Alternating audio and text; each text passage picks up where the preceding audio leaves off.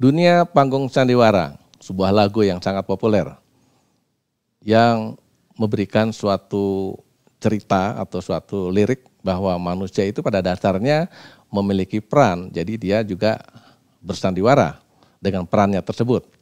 Tentu manusia itu, orang itu banyak sekali perannya, baik sebagai kepala rumah tangga misalnya, sebagai istri, sebagai manajer, sebagai menteri dan sebagainya.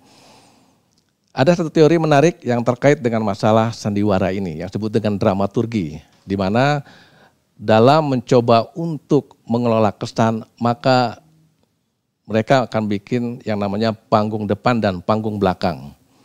Seorang artis ketika berada di panggung depan maka dia akan diatur sedemikian rupa mulai dari pakaiannya, cara bicaranya, bahkan mungkin kendaraannya ya agar menunjukkan sesuai dengan perannya.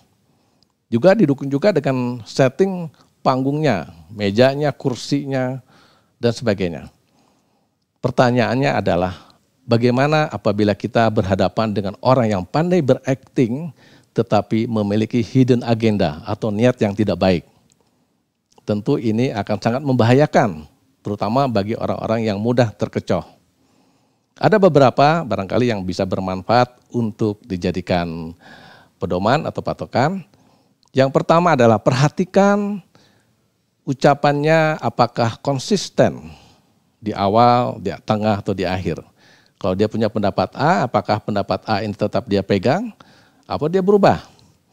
Yang kedua, sangat penting sekali, perhatikan apa yang diucapkan dengan bahasa tubuhnya atau mimik mukanya. Karena yang namanya bahasa tubuh, ada yang tidak dapat direkayasa. Itu adalah cerminan dari bawah sadar seseorang. Kalau tidak konsisten, terutama kalau yang lebih kuat adalah bawah sadarnya, yang tercermin dari non-verbal tadi, maka tentu kita lebih percaya kepada bahasa tubuhnya. Yang ketiga adalah kita mulai pendekatan level energi. Saya ambil contoh, mungkin kita semua, saya maksudnya terutama, pernah mengalami misalnya kalau baru ketemu orang yang baru dikenal, atau sering melihat dan kemudian juga sempat berbincang, seringkali terasa sekali kalau orang ini frekuensinya berbeda dengan saya. Dan biasanya tepat. Jadi hal ini juga bisa dijadikan suatu patokan karena manusia ini memiliki energi. Contohnya adalah dengan foto kirlian kita bisa melihat bagaimana aura kita melalui gelombang elektromagnetik yang ada di dalam tubuh kita ini. Jadi kembali ke pertanyaan tadi, apakah atau bagaimana cara kita menghadapi orang-orang yang memiliki itikat tidak baik tapi pandai berakting. Saya tambahkan lagi untuk meyakinkan teman-teman sekalian, menurut David Hawkins, level emosi seseorang itu bisa diukur. Ada yang level energi negatif dan positif.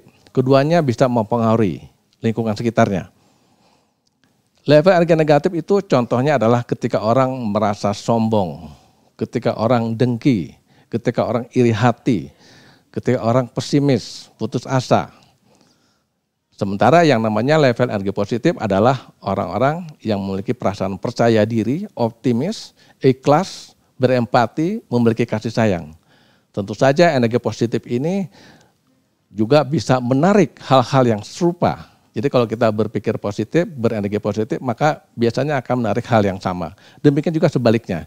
Ketika kita membenci orang, maka biasanya akan muncul lagi energi negatif lain atau peristiwa-peristiwa yang negatif. Kembali ke pertanyaan lagi, sekali lagi, bahwa dengan menghadapi orang-orang yang memiliki itikat tidak baik, namun pandai berakting, maka kita bisa melalui apa yang kita rasakan tadi. Tapi tentu ini harus dikalibrasi. Dan jangan lupa ada satu syarat lagi, bahwa untuk bisa memahami orang lain, kita perlu fokus untuk bisa memperhatikan konsistensi apa yang diucapkan, konsistensi antara apa yang diucapkan dengan bahasa tubuhnya dan apa yang kita rasakan sendiri ketika berada di dekatnya. Harus fokus, oleh karena itu jangan terlalu sering main HP. Makan main HP, naik mobil main HP, fokuslah terutama ketika kita berinteraksi dengan orang lain. Terima kasih, semoga bermanfaat.